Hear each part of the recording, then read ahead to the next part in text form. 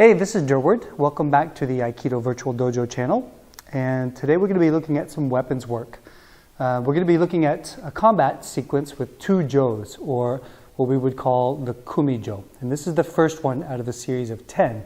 So we call this one the ichi-no Kumijo. So we're going to show you how it looks and how to go through it.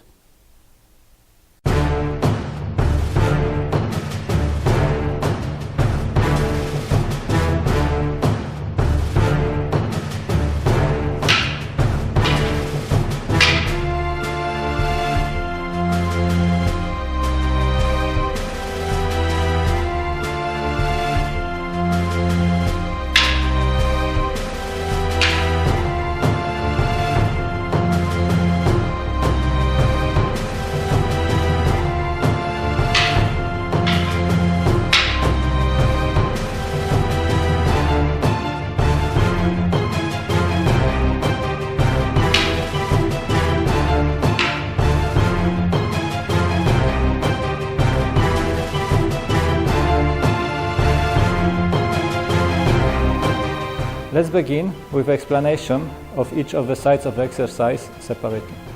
So first of all, I will explain the side of the uchijo. So this is the person who is attacking. And after that, Durward will explain the ukejo, which is the person who is receiving the attack. So I begin in the position ski kamae with the jo. And first thing I want to do is an attack, a straight ski attack. And as I do this, actually, the ukejo starts moving to the side and countering with a kaishi ski. So as I move in for the ski, I realize that he is moving and I need to adapt to this movement. So adapting means I will bring my both feet together, pull back my hips a little bit to create some space here, and as I move forward with the jaw, I will make a little circle with my backhand here, which will actually, with the movement of the hips, create a block.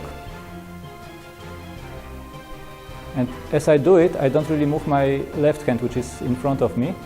It is just a point for pivoting the jaw with the backhand. And then I continue with another ski.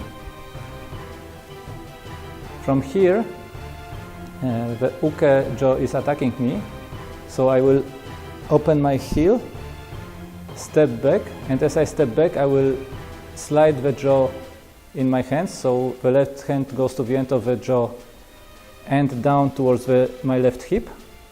The right hand will glide here more or less to the, let's say, 40% of the length of the jaw. I will create a block here, which will protect me from the incoming jaw, and I will align my body with the jaw so that the jaw can protect me from any angle where the strike might be coming from. And finally, I want to attack with another ski, this time with a high ski. And to open the way for this high ski, I will pull back the jaw in a way that pushes away the jaw of my partner. And I will enter with a high ski. And this is my last movement, after which I get hit by the jaw of my partner and the sequence is finished. So the next part, we're going to look at the ukejo, okay, the receiving jo. And then, so from here, we're going to begin in jo kamae. Okay, so having our left hand. So we're going to begin in jo kamae with the left side. And our first one here, as the attacker comes in with a ski, we want to sink and move in with a kaishi ski, just off to the side of center. So I move off to the side, and hit with a kaishi ski. Now as I do that, my partner is going to notice this and make a block. So it's going to block and open the jo. In this position, this is going to prepare me for my next move. So the second movement here is a ski from my partner. So the attacking jo will ski, and I'm going to move diagonally. So it's not straight back and it's not directly to the side, but more of a diagonal out and back. So the back foot here is going to step, and I bring the jo out and just over here where I feel like I'm underneath the jo, and I catch the second ski. Okay? You'll notice the elbows are in underneath the hands, everything's supporting the jo quite well, and I just want to catch the jo. There's no real block here. but I just move out of the way. I'm just out of the way, actually, you'll see later, just out of the way where I can't really be touched or hit by the attacking jo. Okay? Now I'm going to be in a position here where I can change my jo and do a gaishi uch. So that means I'm going to change the jo and step in to strike. My partner will block it overhead, and he's going to parry it. So he's going to move it off to the side. And as he does that, I'm going to use this energy to step around, aligning the jo and striking towards my partner. Okay, ending the movement there. Okay, so now we're going to put this together. We're going to do the sequence step by step. So basically, one person's going to go, finish the movement, and then the next person will go and finish the movement. This is a great way to work at the beginning to make it very clear. Each person can work on their own movement and can respond in their own time. So we want to work in such a way where we can do this piece by piece. So we're going to show you this right now with an explanation. Marcin will be the uchijo, the attacker, and I will be the ukejo, the receiver. So we set up. I'll be in jo kamae. He's going to be in ski kamae. So my first movement, as I explained before, is the intention to do a ski.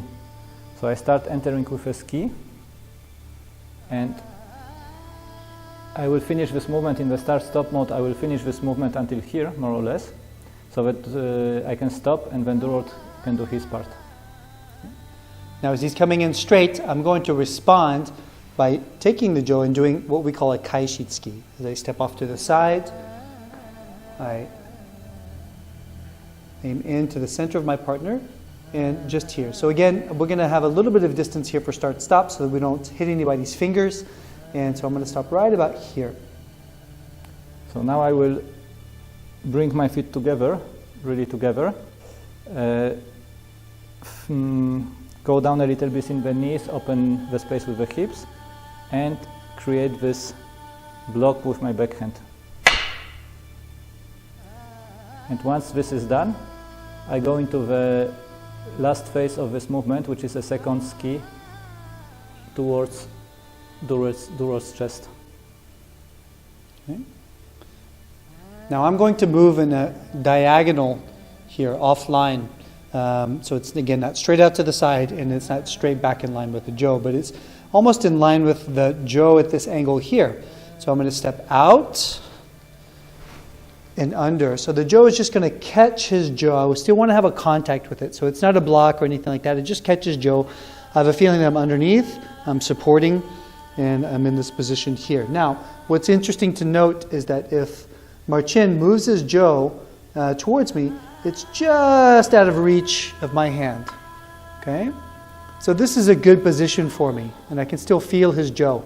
Now, if I need to, I can also move in, and I have just close enough where I can touch his hand now. So this is a good place to control, like, how far you are and to what position you are.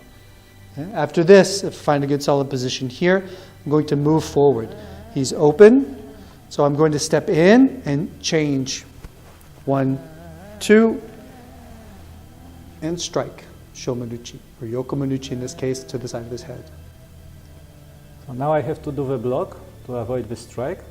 So I will open the heel of my back foot, slide the jaw, change the position of the hands on the jaw, step back, and create the block I was talking about. And this block, you can actually imagine it as a half of the roof of a house where I can hide behind and underneath. So if Durward strikes more from the side, it will protect me from the side. And if he actually strikes more from the top, I'm also protected from the top. So wherever he goes, and if he goes beyond the length of my jaw, it will go aside my shoulder down. So it will not hit me. From here, I go into the next movement. Actually, I will pull my jaw back, but in a way that is parrying Durward's jaw, is moving Durward's jaw to the side, and opens for me the way to enter with a high ski. Okay. Now it's my turn. So As he comes in, I'm going to step with the back foot offline and under here, protecting myself from his jo. The right foot now will come in line with the jo, coming in line with the body, and I finish with, again, another shomanuchi strike, but since it's to the side of his head, then it's also considered to be a yokomanuchi. And this will be the ending move.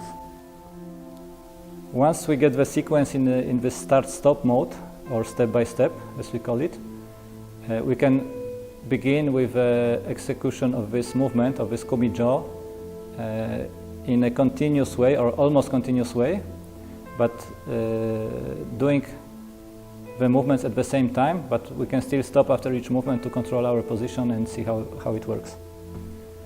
So if we go for it now slowly, but in, let's say, semi-continuous mode, I begin with a ski. And I'm going to respond with a kai-sheet ski off to the side. Which brings me to bring my feet together and do the block. I'm open.